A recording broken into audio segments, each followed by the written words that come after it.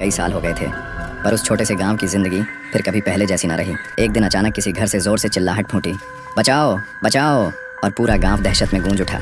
लोग घर में घुसे तो जो नजर आया वह किसी साधारण हादसे जैसा नहीं था। एक औरत बुरी तरह रो रही थी और उसके पास खून से सना बिना बालों का उसका बच्चा पड़ा था। बच्चे के बाल झड़ चुके थे, सिर पर चोटें थीं। हर कोई समझ गया कि यह किसी साधारण हादसे का नतीजा नहीं बल्कि कुछ भयानक था। लोग बुदबुदाने लगे, ये वही टकली चुड़ैल है जो 5 साल पहले आई थी।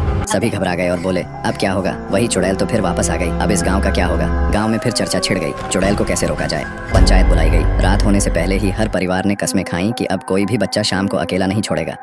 शाम होते ही लोग अपने अपने घरों में घुस गए। कुछ बच्चे बिस्तरों के नीचे छिपाए गए, कुछ अलमारियों में और कुछ रिश्तेदारों के पास भेज दिए गए। पर रात आई और चुड़ैल की हंसी फिर गूंजी, लंबी, ज्वलंत, जैसे कोई दरवाजे के पास खड़ी हो।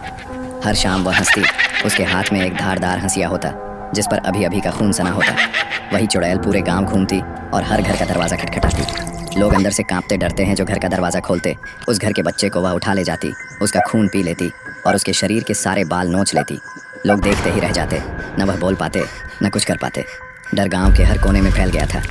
कई महीने तक ऐसा ही चलता रहा। चुड़ैल शाम होने पर आती और किसी न किसी घर से एक बच्चा उठा कर ले जाती। पूरे गांव में भय और हाहाकार था। लोग समझ नहीं पा रहे थे कि क्या किया जाए। लेकिन एक दिन गांव के सरपंच ने पंचायत बुलाई। उन्होंने पंडित जी को बुलाया और उनसे उपाय पूछा। पंडित जी ने कहा कि गांव से दूर एक लोंडू बाबा रहते हैं, वही इस टकली चुड़ैल को यहाँ से भगा सकते हैं। लोंडू बाबा आ गए। उन्होंने गांव वालों को चुड़ैल पकड़ डीडीएचने का उपाय बताया। बाबा ने कहा कि वह अमावस्या की रात को ही मारी जा सकती है, वरना दिन में उसकी शक्ति और बढ़ जाएगी। बाबा जी ने बताया कि इसके लिए बहुत लोगों की जरूरत पड़ेगी। धीरे धीरे गांव के सभी लोग संगठित हुए। पंचायत ने तय किया कि चुपके से पहरा बढ़ाकर रात्रि में तंदूर की आग और लौ में एक जाल बिछाकर चुड़ैल को फंसाया जाएगा। कुछ लोग मुंह पर कपड़ा बांधकर और हाथों में लाल आंच वाली मशाल लेकर बाहर खड़े रहे। आखिरकार अमावस्या की रात आई। सभी गांव वाले चुड़ैल को पकड़ने के इरादे से थे। उस रात चुड़ैल आई। उसकी हंसी पहले से भी ज्यादा भयानक थी। उसके हाथ पर खून टपक रहा था और उसके चेहरे पर खतरनाक मुस्कान थी। पूरी वीडियो देखने के लिए यहाँ क्लिक करें।